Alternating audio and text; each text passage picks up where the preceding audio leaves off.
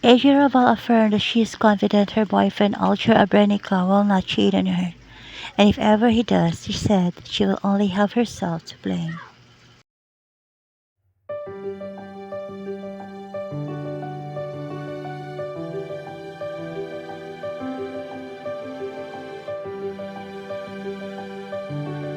Kanina, Oh, kanina. Baka bumalik kay ano. kanino? Raval then asserted that she certain Abrenica will not cheat on her. She said, "But now I'm confident that he won't do that to me because our dynamics are good now." They shared that building their own family is part of their plan as a couple, but emphasized that their priority right now is their careers.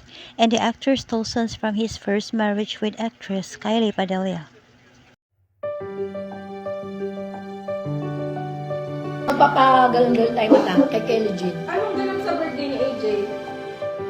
Raval and Abranica co-starred in the film Sugapa on sparked dating rumors when they were spotted together on an apparent date in October in that year.